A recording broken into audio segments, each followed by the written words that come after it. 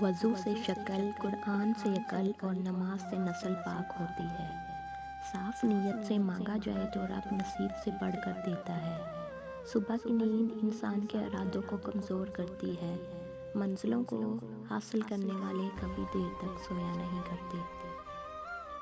دنیا کا امیر شخص وہ ہے جس کے دوست مخلص ہوں۔ کسی کو اچھے عمل سے دلی خوشی دینا 1000 سجدے کرنے سے بہتر ہے۔ غیبت کرنا کمزور آدمی کی آخری کوشش ہوتی ہے۔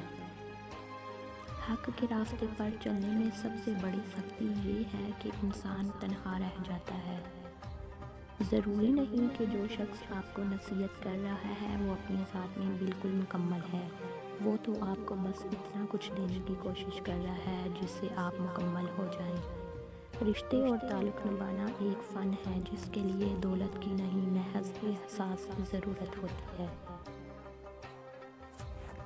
رشتے ہمیشہ وہی کامیاب ہوتا ہے جو دل سے جوڑا ہو، فرصت یا ضرورت سے نہیں۔ زندگی میں کبھی اس انسان کو مت کھونا جو غصہ کر کے پھر خود تمہارے پاس آ جائے۔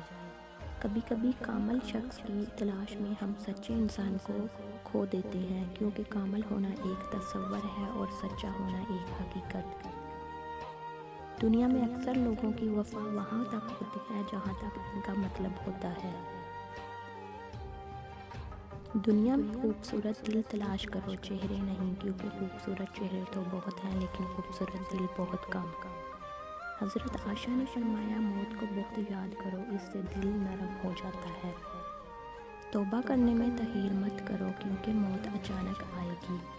انسان کا ماضی چاہے کتنا ہی گناہوں سے بھرا ہو، اس کا مستقبل ابھی بالکل پاک ہے۔ خدا توبہ کو پسند کرتا ہے۔